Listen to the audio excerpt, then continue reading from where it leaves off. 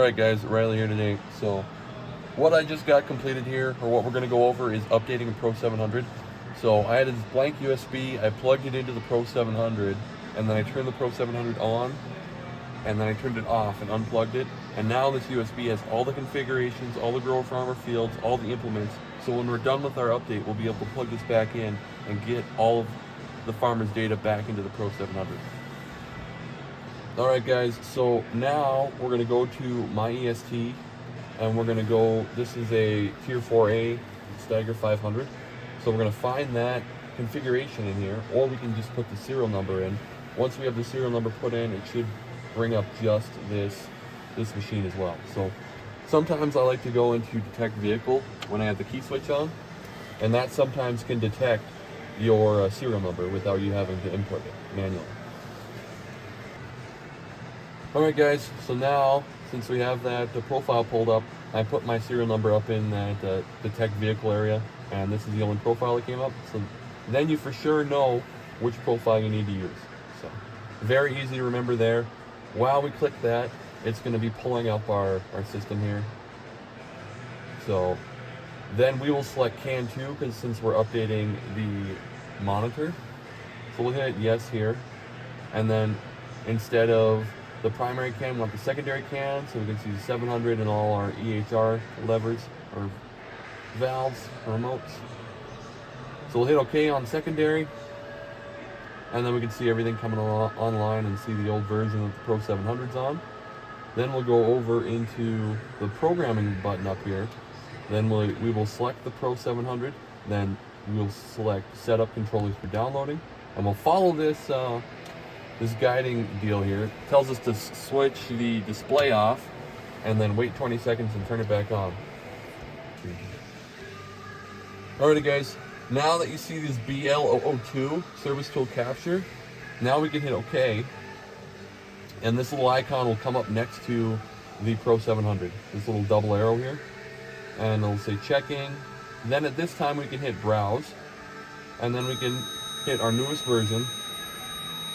Sorry about that.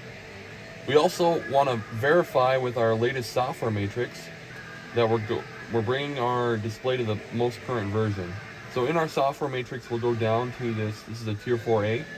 So right here, we'll see our Tier 4A 500, and we need to bring it to version 39, it says right there. And that's for Common Cab Framework. Right, so we'll click on 39. And that's how you can differentiate what version we need to put it on, is that software matrix. The software matrix is available within the dealer portal under OEM support if you need help.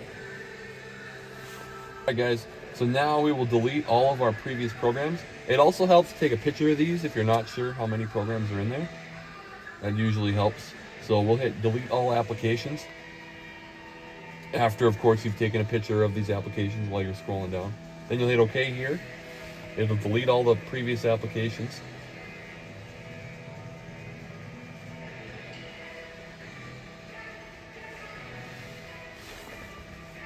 Alright, so once those are done, getting deleted out of there, this will be blank. And then we can click Download Wizard. And then from here, we'll just make sure we select what the machine is. So this is where your pictures would help you. So we'd select Steiger / large frame Magnum. Then next. Then we'll select all the other previous programs that were also selected. There's quite a few of them. I usually like to add telematics in these older ones, because sometimes you never know when they're going to add it in. But that's just a personal preference, as well as task controller in case they ever want it unlocked, and then display setup wizard as well. So then you hit next. And then you also hit next when it comes to the language page, because it always defaults to English. Then you will click download via memory device transfer, and that means we're going to download it onto the USB. If you hit download via CAN, it takes approximately 2 hours to do one update, which is a very long time. Now we'll disconnect our EST cable, as it asks us to do. Then we'll hit next here, and then it'll ask us which memory device do we want to program all this stuff onto. So we'll hit our memory device D. Then we'll hit next again. And now it's going through over here and downloading all those programs. onto the USB. Then we'll follow directions, turn off the display, and use the safety tray to safely remove the USB. This is how you do that. So click on the bottom here, click your USB icon, then eject it. So, and then it'll pop up if it's safe to remove, just like how it did. And now we'll wait for this to turn off. So once it's completely off, we will insert our USB.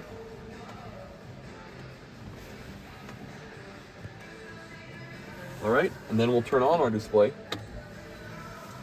And then it'll come up with a prompt.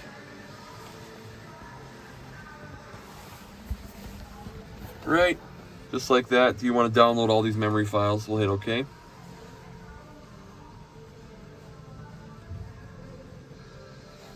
And it's going to go through this process. All right, guys, so when this completes, I just wanted to show you this screen right here.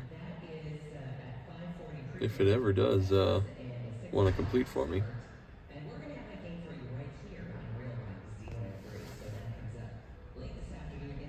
All right, so do you want to remove all installation files from memory card? I always hit yes here. And this is the only time where you pull your memory device out when it tells you to right here. So that's the only part of the update where you can pull it out. And then it'll re-go through and basically boot loop itself, or boot back up. And then that's basically the whole update, other than we will put our other memory device back in.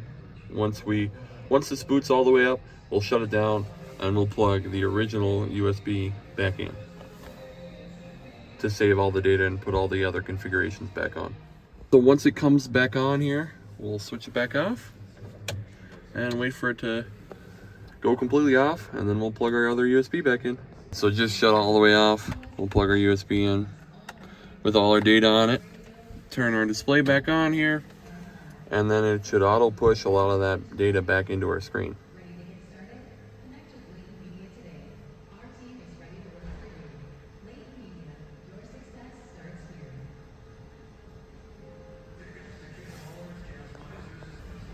All right, so we can see that all of these layout settings that were in here originally were put back in. We did not change that. This is just free from the update. So if we go back, go to diagnostics, we can see the brand new software we put on this display.